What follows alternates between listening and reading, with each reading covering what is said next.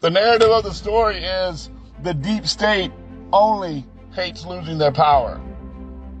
When Black Lives Matter burned cities to the ground and killed cops and destroyed buildings and businesses, the Democrats said it was their right to protest, to have their voices heard.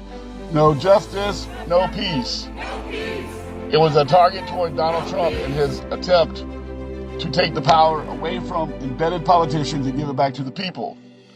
When a group of Americans protested against what they thought was a botched election, it was called an insurrection. The Democratic Party and Joe Biden and investigators put people in prison. People who just walking around the Capitol, put them in prison. That being said, yes, some people committed crimes and they need to pay for their crimes. But for the rest of the Americans, it was just peaceful protest. Now that Donald Trump is taking away the surplus and the corruption of the government, they are calling it a coup. Well, if I'm not mistaken, the sitting government, the sitting power, cannot coup itself. A coup is when someone who is not in power attempts to take over the authorized power. The Democrats had one narrative: save their power.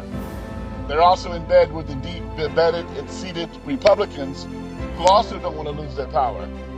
U.S. aid is just the tip of the iceberg of the soft power, money control, corruption that has far too long taken advantage of we the people, and they maintain the power while we fight for the scraps.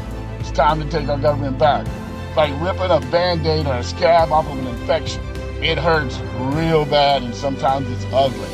But give Donald Trump and this administration a chance to restore the balance of power to we the people, get our money back, get our country out of debt, get rid of the deficit, and restore the order of power. We, the people, are supposed to be in power, not these Congress and House, Democrat, Republican, deep state people who want all the control and all the money in the name of democracy.